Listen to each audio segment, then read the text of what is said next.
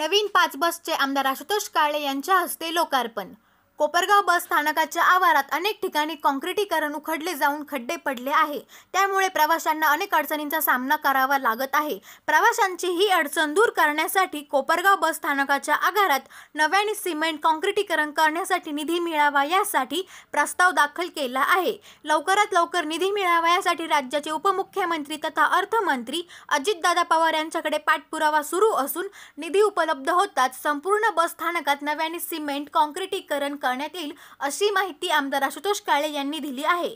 आमदार आशुतोष काळेंच्या पाठपुराव्यातून कोपरगाव बस आगाराला मिळालेल्या नवीन 5 बसचे आमदार आशुतोष काळे यांच्या हस्ते विधिवत पूजन करण्यात येऊन प्रवाशांच्या सेवेत लोकार्पण करण्यात आले आहे। या प्रसंगी ते प्रसार माध्यमांशी संवाद साधताना बोलत होते। पुढे बोलताना ते म्हणाले की कोपरगाव आगारातून राज्यासह परराज्यात जाण्यासाठी यामध्ये मुंबई, पुणे, नाशिक, छत्रपती संभाजीनगर, पंढरपूर, माहूर, अक्कलकोट, गाणगापूर, कोल्हापूर, त्र्यंबकेश्वर, पैठण, बीड, शिरपूर व हैदराबाद या ठिकाणी जाण्यासाठी अशा अनेक लांब पल्ल्याच्या गाड्या प्रवाशांसाठी उपलब्ध आहे। परंतु या गाड्या जुन्या झाल्यामुळे त्याचा फटका प्रवाशांना बसत होता। कोपरगाव आगाराकडे अगोदरच बसची कमी असलेली संख्या व काही बसेस जुन्या होऊन कायमचा नादुरुस्त होत असल्यामुळेच नियमितपणे बसने प्रवास करणाऱ्या प्रवाशांच्या अडचणी वाढल्या होत्या।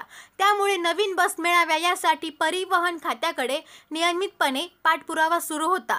त्या पाठपुराव्यातून उपमुख्यमंत्री तथा अर्थमंत्री अजितदादा पवार यांच्या सहकार्यातून 5 महिन्यापूर्वी कोपरगाव आगाराला 5 नवीन बस मिळाल्या आहेत व पुन्हा नव्याने 5 बस मिळाल्यामुळे येणाऱ्या दसरा दिवाळी सणाच्या पार्श्वभूमीवर प्रवाशांना येणाऱ्या अडचणी निश्चितपणे दूर होऊन प्रवास सुकर होईल।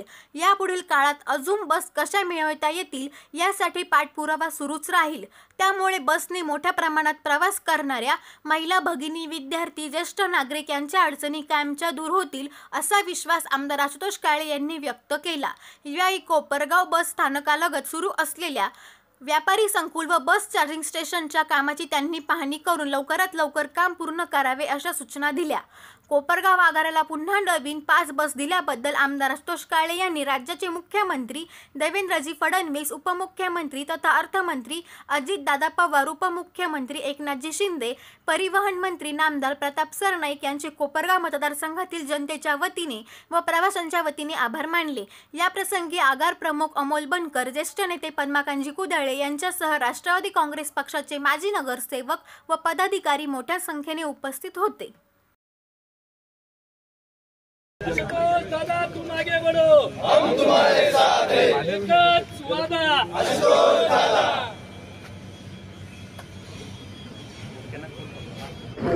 आज या ठिकाणी परिवहन खात्याच्या माध्यमातून अजून म्हणजे पहिले 5 आणि आता 5 अशा 10 बस आपल्याला नवीन कोपरगाव बस डेपोला मिळालेले आहे। तर हे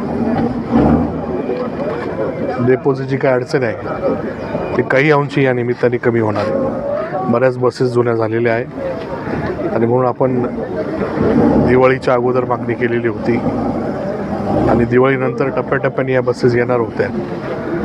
तर पहिला टप्पा 5चा आणि आता हा 5चा दुसरा टप्पा आणि काही इलेक्ट्रॉनिक बसेस आपण जे बॅटरीवर चालणारे बसेस म्हणतो त्याच्या पण काही आपल्याला बसेस मिळणार आहे। ते चार्जिंग स्टेशनचं काम लवकरात लवकर होणं गरजेचं आहे जेणेकरून इलेक्ट्रिक बसेसचे चार्जिंग रात्रभर त्या ठिकाणी होऊ शकेल आणि दिवसा ते वापरून आपल्या डेपोचा काही डिझेलचाही खर्च त्याच्यामध्ये कमी होईल आणि आपल्या लोकांना चांगली इलेक्ट्रॉनिक बसही त्या ठिकाणी वापरता येईल। दादा स्टँडचं जे काही परिसर आहे त्याचं काँक्रिटीकरण तुम्ही म्हणता तसं फुटलेलं आहे, खड्डे पडलेले, त्याचे आपण काँक्रिटीकरण पुन्हा करण्याचं पत्र दिलेलं आहे। त्याचं जसं काही निधी उपलब्ध होईल त्या प्रोसेसमध्ये आपण आहोत।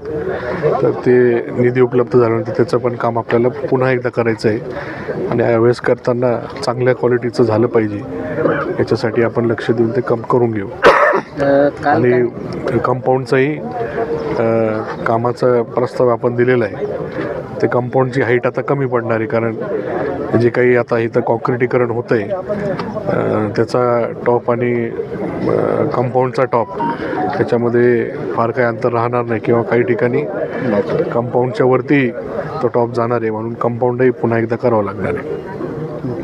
काल काही तरुणांच्या वतीने शहरामध्ये आंदोलन करण्यात आलं आहे, काय आता आंदोलन करण्याचा प्रत्येकाचा अधिकार आहे. त्या पद्धतीने तिथं काही पाणी साचलेलं होतं तर तिथं त्यांनी केलं आंदोलन. तर नगरपालिकेच्या माध्यमातून ते करून घेऊ. नगरपालिकेने त्यावेळेस मागच्या काळात तिथं काम रिपेअर केलेलं होतं, ते खराब झालं ते पुन्हा करता येईल, त्याच्यामध्ये काही नाही. आज कोपरगाव आगारामध्ये 5 बस नव्याने दाखल झाले आहेत आणि एप्रिल महिन्यात देखील 5 आपल्या बस दाखल झाल्या होत्या.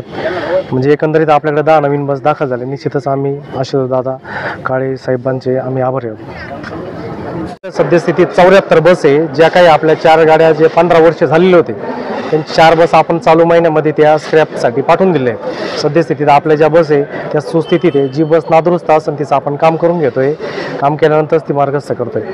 4 बस आपण स्क्रॅपसाठी या महिन्यात पाठवून दिले. आता ह्या ज्या 5 गाड्या अवेलेबल झालेल्या आहेत त्या आपण या लांबच्या रूटला देणार का जवळच्या नाही, रूटला देणार? लांब पल्ल्याला चाल. निश्चितच नवीन बस ही लांब पल्ल्याला चालते. आपल्या एस टी महामंडळाचा नियमच आहे. आपली